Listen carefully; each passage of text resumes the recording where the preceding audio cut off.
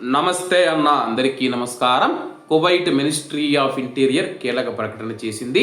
ఇప్పటి వరకు 229 శకలాల నివేదికలు నిర్వహించబడ్డాయని చెప్పేసి, అలాగే ఈ యొక్క పరిస్థితులు ప్రారంభమైనప్పటి నుంచి ఇప్పటి వరకు 67 సార్లు సైరన్ల హెచ్చరికలను జారీ చేసినట్లు మినిస్ట్రీ ఆఫ్ ఇంటీరియర్ తెలిపింది.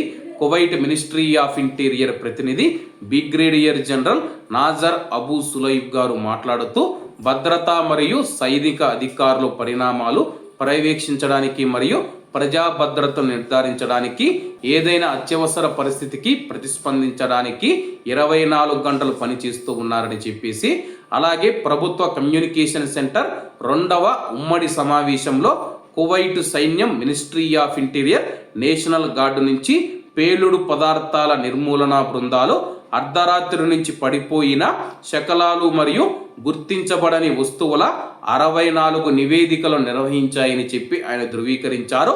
ఇరాన్ దురాక్రమణ ప్రారంభమైనప్పటి నుంచి మొత్తం 229 నివేదికలు అందాయి. అలాగే కువైట్లోని ప్రజల రక్షణ కోసం 17 సార్లు సైరన్ల హెచ్చరికలు జారీ చేశామని చెప్పేసి, ప్రారంభమైనప్పటి నుంచి ఇప్పటి వరకు 67 సార్లు సైరన్లను మోగించినట్లు ఆయన తెలపడం జరిగింది. అలాగే నిన్న ఒక్కరోజే మనం చూసుకుంటే 17 సార్లు సైరన్లను మోగించామని చెప్పి ఆయన వెల్లడించడం జరిగింది. ఫిబ్రవరి 28వ తేదీ నుంచి కువైట్లోని ప్రవాసులకు, కువైట్ బయట ఉన్న ప్రవాసులకు రుసుము లేకుండా, అలాగే వాళ్లకు సందర్శన వీసాలను ఆటోమేటిక్గా 1 నెల పొడిగించాలని చెప్పి మినిస్ట్రీ ఆఫ్ ఇంటీరియర్ ప్రకటించింది.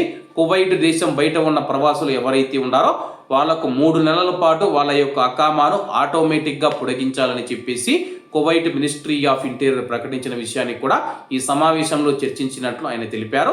కాబట్టి ప్రస్తుతం ఉన్న పరిస్థితులు ఇప్పుడిప్పుడే సద్దుమణుగుతూ ఉన్న నేపథ్యంలో పూర్తిగా తగ్గిపోవాలని చెప్పి అందరం ఆశిద్దాం.